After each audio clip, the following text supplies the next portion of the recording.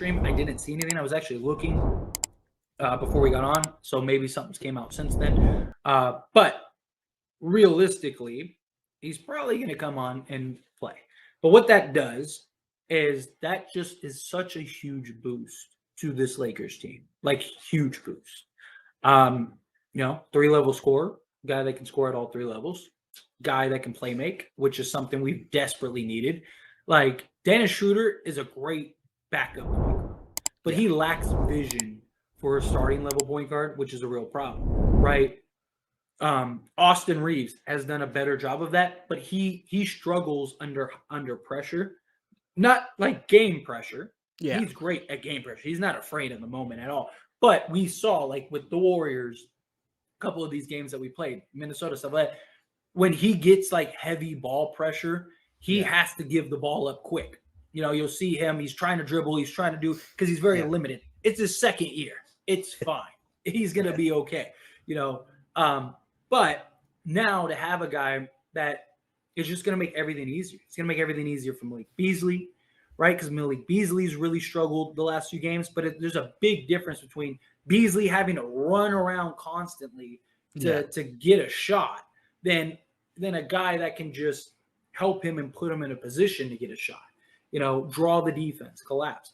Anthony Davis is going to make things so much easier, right? Yeah. Because he's going to have a guy that can draw the defender, and which now he comes and now you got the lob or you got the little bounce pass. You can run that pick and roll with AD and D'Lo. D'Lo's an excellent pick and roll point guard, all that stuff. Not to mention he's just going to help AD in the scoring category, right? I mean, this is a guy that could give you, 17 points, 8 assists a game. If you need him to give you 20, he can give you 20. If you need him to give you, 25, he could go get you 25. He's averaged 23 a game for a season. What I believe is his career high off the top of my head. When he was with the Warriors, I believe he averaged 23 points per game. And then when he was with and then he led a Brooklyn Nets team that was like awkward and young and just didn't really make a lot of sense at the time to the playoffs. And he averaged like 22 points per game that year. So again, you're talking a guy that can go get you 20 and 8 any given night consistently on a nightly basis. Even if he's not giving you 20, even if he's just giving you, 15 a night. Yeah. That's a 15 point a game guy every single night. And that just that keeps pressure off of AD, that keeps pressure off of other guys, right? Because we saw like the Timberwolves game is a great example. When it was like if we had one person step up, we win that game. Just one. And nobody else showed up. I don't think that happens if you have D'Lo. I think D'Lo, I'm not talking about you needed somebody to step up in the sense of like giving you 20. I mean, like if you just got like one guy that gave you like 12, right? Like your leading scorer was Beasley, who didn't have a great game, but he gave you 15 points, right? Yeah. Like if D'Lo comes in and gives you like 10 to 12 that game, which would have been a bad game for him, you still probably win that game, right? Yeah. So like his ability to score, his ability to draw the defense, his ability to play make, not just that, it puts everybody in their natural order. Now Dennis Schroeder gets to go and be the backup point guard where he's best suited. Austin Reeves gets to be that secondary playmaker next to D'Lo or next to Schroeder. You can run different sets, different changes.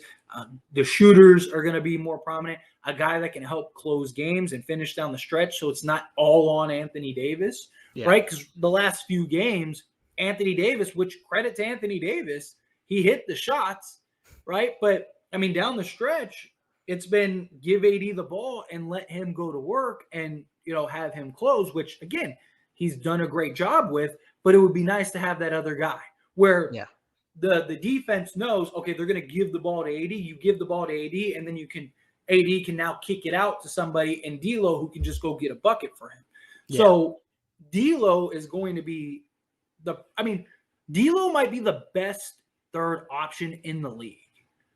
Like realistically, like maybe you can argue like outside, like if you look at all the other third guys, right? Like maybe the Bucks with Middleton with Middleton and Drew Holiday, right? But outside of the Mhm. Bucks, like who else? Like who's your third? Like Dallas is what, Tim Hardaway Jr.? I'll take D'Lo all day. Jordan Oh Poole. yeah. Like I would take D'Lo over Jordan Poole. D'Lo's more is more consistent than Jordan Poole. Jordan Poole is either like the greatest player in NBA history or he's terrible. Like Are we literally calling- unplayable. Are we going Steph Clay then Jordan Poole? Or are we going Jordan Poole? Are we going Steph Jordan Clay or Jordan Poole. I mean, because that's okay. like their young thing. I mean, you could go Draymond, but Draymond not as impactful as he once was. Well, no, I was gonna say Phoenix. Because if you're looking at Phoenix, I guess if it really be technical, the third option on Phoenix is what, Chris Paul. Yeah, but I would take D'Lo. I would take D'Lo over Chris Paul at this point.